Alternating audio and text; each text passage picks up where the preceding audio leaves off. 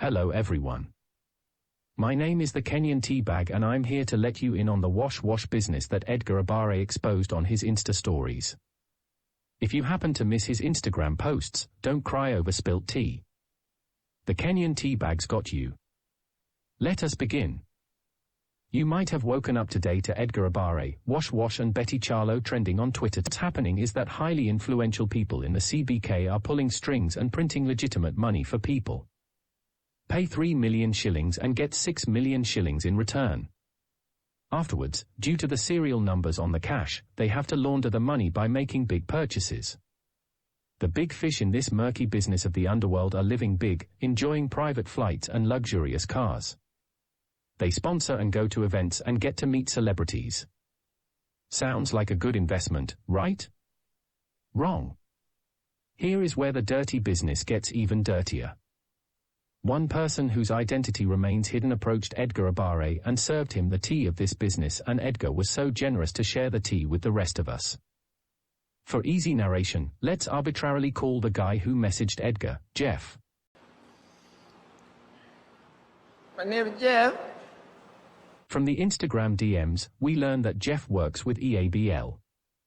Jay Stacks and Kevin Obare, who are participants in this wash business, approached Jeff with an aim to scam his employer, East Africa Breweries. They wanted Jeff to introduce them to Rwatia, an EABL distributor, in order to launder money since EABL transacts 4 to 5 million daily. When Jeff refused, Jay Stacks pressured him and even tried offering his brother a record label in return. However, Jeff's integrity and assertiveness prevailed. This made them mad, and so they retaliated by stealing Jeff's girlfriend with money. That was just a side story and a build-up to the main story.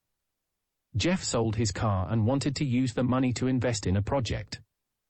One of Jeff's clients, Samuel Oyuji, knew that he had sold his car in search of an investment and told him that there's a way to multiply his cash. Jeff became even more interested when Samuel told him that he even does it for politicians. Which politicians could be participating in the wash business? Let's find out. Samuel asked Jeff for 70,000 shillings to organize for the service of printing money, and Jeff paid. Samuel took Jeff to a rented apartment where they met the owner of the money printing machine, Robert Riaga. Robert asked Jeff to pay an additional 250,000 shillings to organize for the printing papers. Jeff then paid the extra 250,000 shillings. 3 million printing papers were then delivered by a guy called Michael Okongo.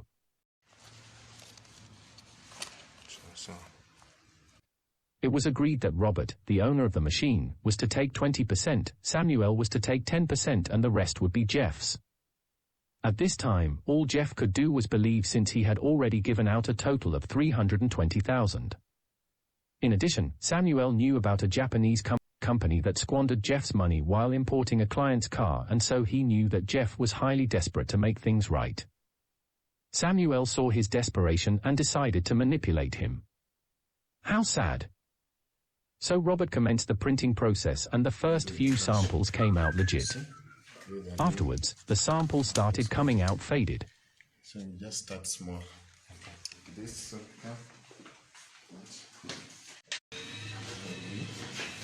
that it with foods. Yeah.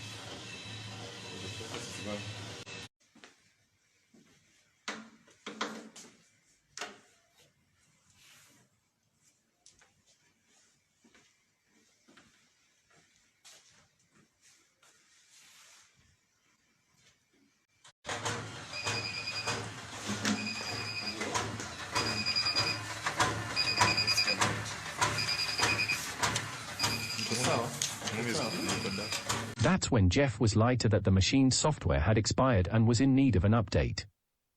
They even made fake phone calls and put it on loudspeaker for Jeff to believe that the problem was a real one and that it happens often.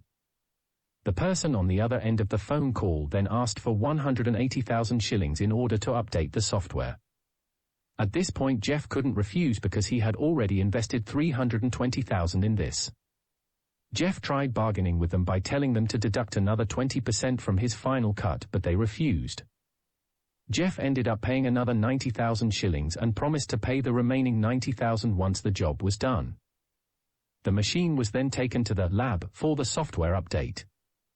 The cat and mouse game started from there, and they kept dodging and evading Jeff with excuses. At this point, Jeff decided to ask for his money back. Trust me. Okay, loan me pesa.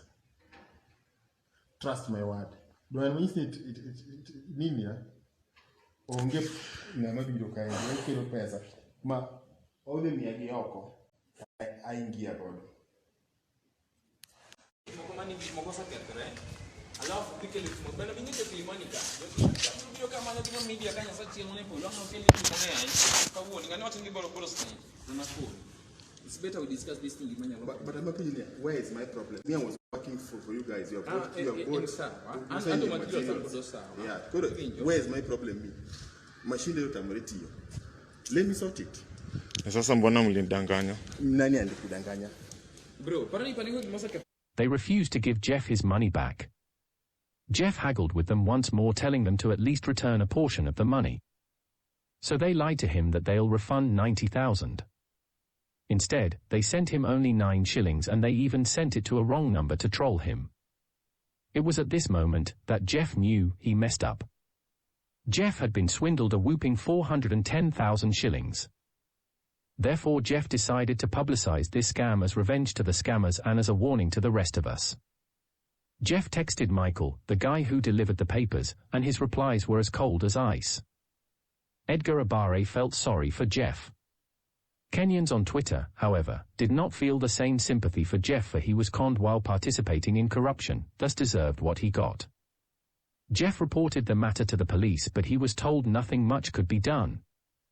In fact, they shared the same thoughts with KOT, saying that he would be enjoined with them and the state would be the complainant to that case. To Jeff's surprise, even the cops work with these guys. Is Jalango part of this scam? How is Betty Charlo involved? Did the government know about this business before now? Which politicians participate in money laundering? Why is Edgar Obare's official Instagram account disabled? Find out in my Part 2 video titled, The Aftermath of Edgar Obare's Exposé. Share this video to save friends and family from being conned like Jeff. Please like and subscribe for more content like this. Keep safe.